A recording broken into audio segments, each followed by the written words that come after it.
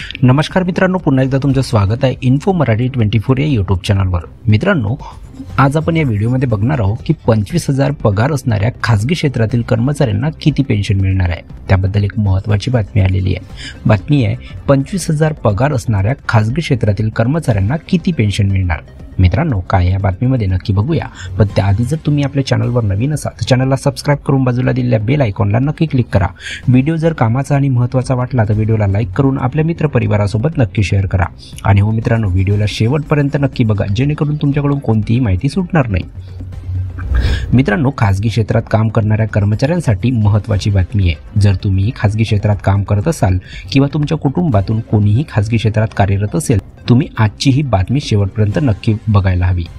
मंडळी, खासगी क्षेत्रात काम करणाऱ्या कर्मचाऱ्यांना त्यांच्या कामाच्या कालावधीनुसार पेन्शनचा लाभ दिला जात असतो।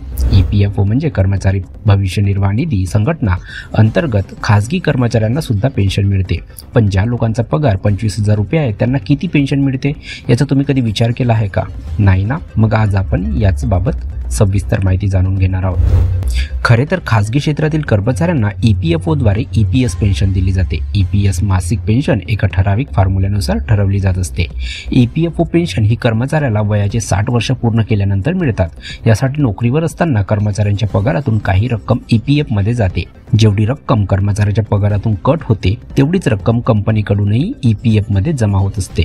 एखाद्या कर्मचाऱ्याने सलग 10 वर्ष काम केलेले असेल तर तो पेन्शनसाठी पात्र ठरतो। म्हणजेच किमान 10 वर्ष नोकरी केली असेल तर कर्मचारी EPS पेन्शनसाठी पात्र ठरतात। कर्मचाऱ्यांकडून पेन्शनसाठी त्यांच्या पगाराच्या 12% एवढी रक्कम आणि कंपनीकडून देखील तेवढीच रक्कम योगदान म्हणून EPF मध्ये जमा होते। कंपनीकडून जे योगदान दिले जाते त्यापैकी 8.33% EPS म्हणजे पेन्शनसाठी आणि उर्वरित 3.67% EPF मध्ये जमा केले जाते।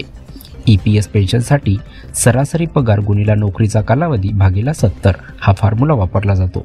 यामध्ये सरासरी पगार म्हणजे त्या कर्मचाऱ्याचा गेल्या 5 वर्षांमधील पगाराची सरासरी।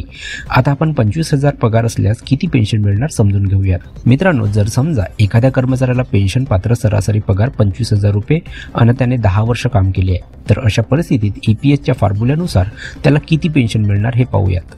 फॉर्म्युल्यानुसार सदर कर्मचाऱ्याला 25,000 गुणिले 10 भागिले 70 = 3,571 रुपये इतकी पेन्शन मिळणार आहे। म्हणजे जर एखाद्याचा 5 वर्षाचा सरासरी पगार 25,000 रुपये असेल आणि त्याने 10 वर्ष काम केले असेल तर अशा परिस्थितीत सदर व्यक्तीला 3,571 रुपये EPS अंतर्गत मासिक पेन्शन मिळणार आहे। तर मित्रांनो, कशी वाटली ही कामाची आणि महत्त्वाची बातमी?